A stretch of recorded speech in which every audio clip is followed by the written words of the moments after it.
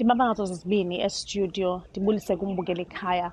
Ewe ke kunjalo silapha eKings Club eQonce apho ke kufikelele khona umphumeleli wakuBig Brother uLiam Maphansi efikelele ke kule ndawo ekuthiwa yiKings Club apho ke kubanjwe umsitho wakhe wokumamkela.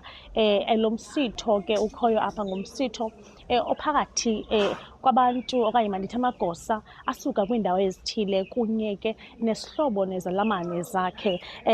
Amanye amagosa akhoyo apha amagosa akwaMzantsi Magic alapha okanye mandithi DSTV ilapha.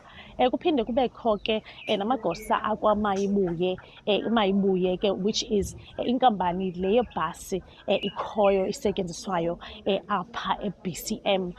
Ibiyimini ke emnandi kakhulu ngoba iqale kusasa phaa ngo-8 kusasa apho ke abahlali baseMonti baphume ke ngobuninzi bayokwamkela eli gqiyazana lifikelele kwinqanaba elikhulu kangaka.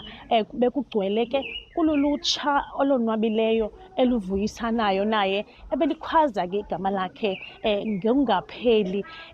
Sikhumbule ke nento yokubana mbukela into yokubana umntu xa ewinile okanye ethe waphumelela kule nkqubo ke kumabonakude ekuthiwa nguBig Brother uye afumane ke inkxaso mali engange-2 million rands apho ke anothi akwazi into yokubana atshintshe ubomi bakhe enze izinto ezithile afuna ukuzenza.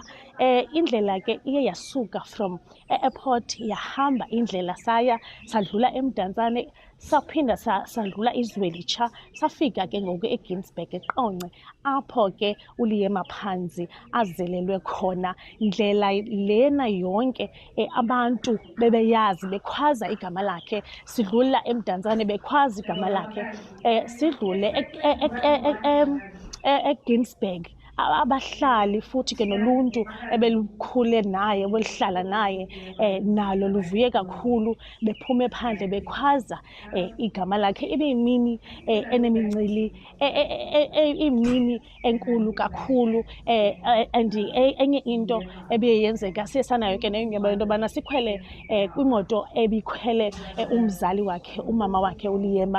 Siye safumana ke udliwanondlebe naye ke oluthile waze watsho into yokubana ayikho into anothi into yokubana ibangele okanye yena bekanti uyenzile ngaphandle nje komthandazo esitsho ke into yokubana ibinguThixo yedwa obangela into yobana kwenzeke into enje, kufikelele intsikelelo enje ebomini yomntana wakhe.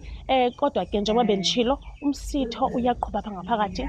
Usanda kuqala ke lo msitho nathi akho kudala sifikile apha. Uyaqhuba ke umsitho yaye sizawuphinda sifumane ithuba apha ekuhambeni kwexesha into yobana sithethe noLiam Maphansi kunye ke nabanye abantu abavuyisana naye. Kodwa ke ndizobamba apho ke okwangoku ndibuyisele intambo estudio, sawubuya sindibuyisele ingxelo.